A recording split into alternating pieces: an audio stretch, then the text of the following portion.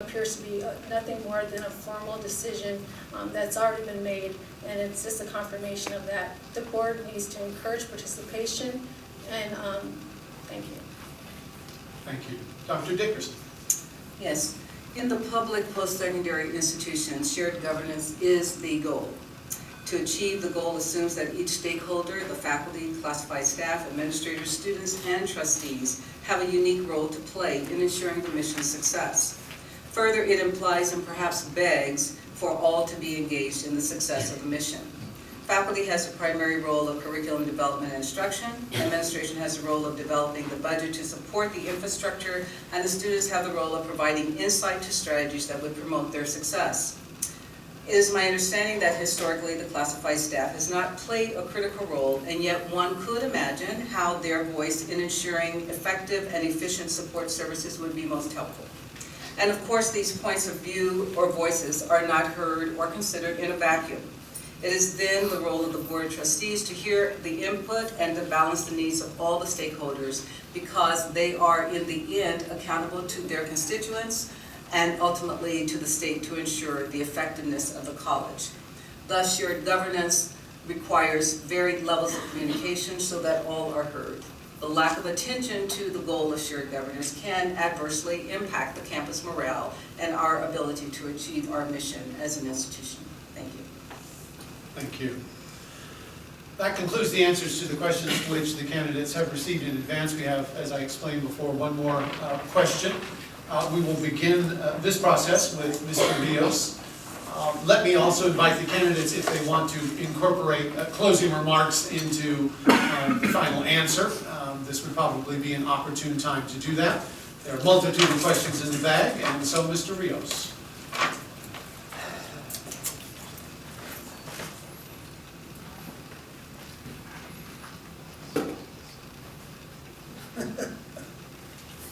Well, what do you know of and what are your expectations regarding faculty salaries?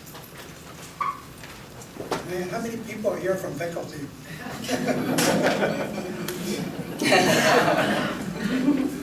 You know, I believe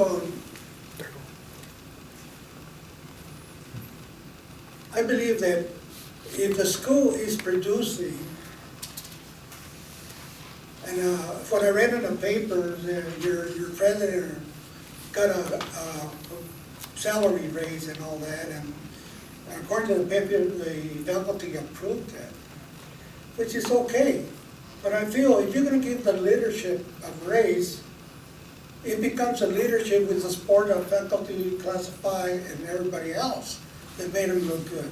You know, so if I give a raise over here, it should come ripple down to everybody else too, because they had something to do with that salary. So yes, I believe everybody's justified to get a raise, and I'm not saying that it's just faculty, but I'm saying everybody involved, because that's without all of you doing your job, the college won't look any better, no matter who's leading it. So giving one person credit for the job you people do, to me, is not fair. I'm sorry. Because we should always acknowledge everybody to support us, no matter what you do and what job you do. Because you don't become a leader without the help of the people behind you. And if they get a raise, everybody should get a raise. I know finances are tough and all that, and I know some of you have given up salaries or staffs and all that stuff. But when that happens, and the rest of you are not supported, then I don't agree with that. Thank you. Thank you, sir. Ms. Miller. That's right.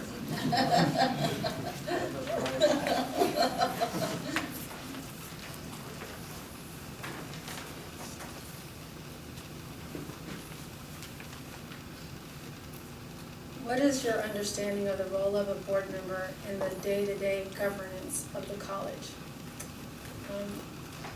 This is an interesting question because I have been thinking about some of the things as a board member that I would consider doing. And one of them, or two of them actually, the first was I wanted to attend classes here. I wanted to audit the faculty's classes. I think there is a lack of understanding on the board as to what faculty do, what adjunct faculty do, what classified employees do on a daily basis. I think that's very critical, knowing what your day-to-day functions and operations are. The other that I have been considering is, especially with our Azusa school districts, it's very unfortunate to see our API scores as low as they are.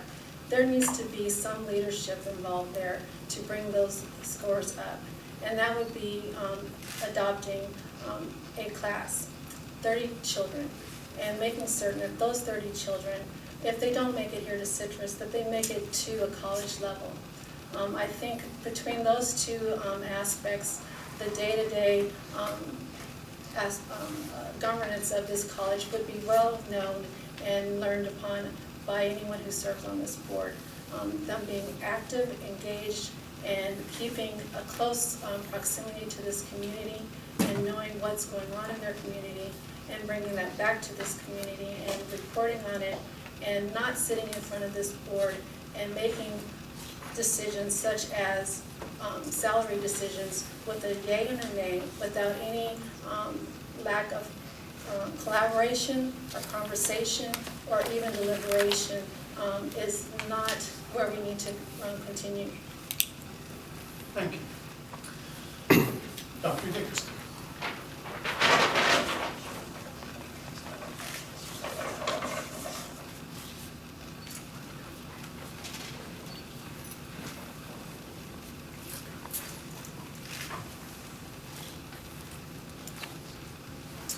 The question is, what is your opinion of faculty accountability and how can it be reasonably achieved? This is not a new issue, right?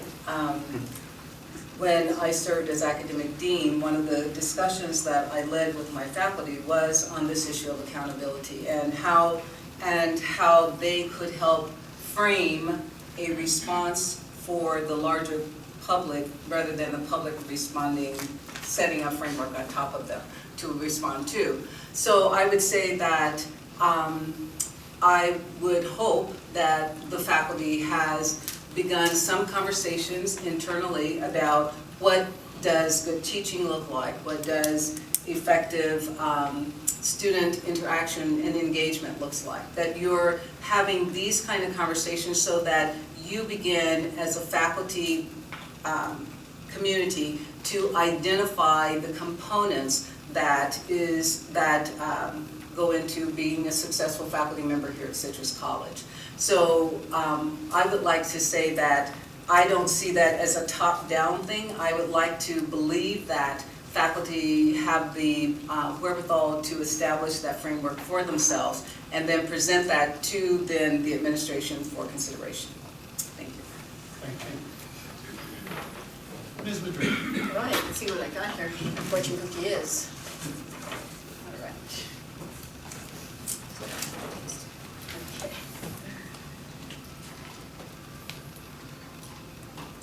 And it reads, what do you believe are the major issues facing faculty in the classroom? The major issues facing faculty in the classroom. My guess, it may be something like Facebook, maybe something like ill-prepared students, it may be something like distracted kids, maybe something like kids who don't know exactly where they're going, it may be something that you have some members on your board that don't really care about what you're doing, and maybe you think that the community doesn't care about what's going on behind those doors. So I think that now people spend more time with screens than they do face-to-face. So now we're competing in a whole different sort of way.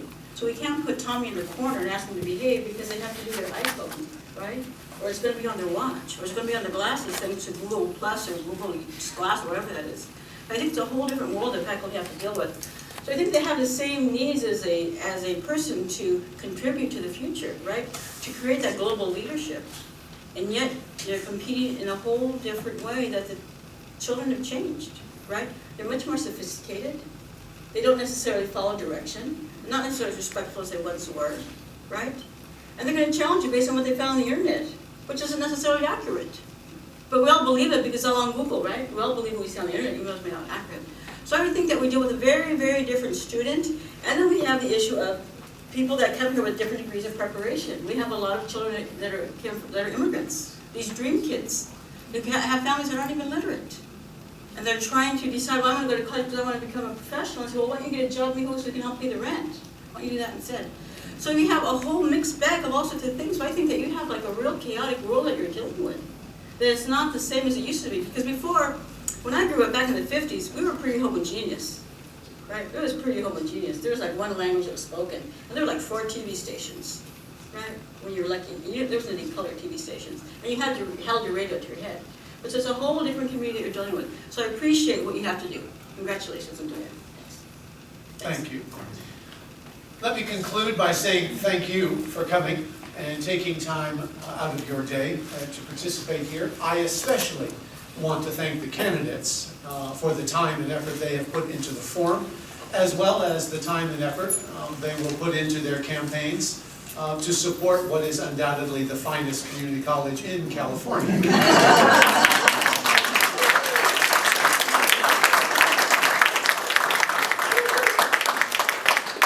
We want to allow a few moments, if you would like to meet the candidates individually. You may have some questions you want to ask, which we certainly did not cover today. Let me invite you to take the remainder of the time to do that, and suggest that faculty convene in 10 minutes at 3:30 in the computer lab, the TE computer lab. We'll meet then. Meanwhile, thank you all for your support and your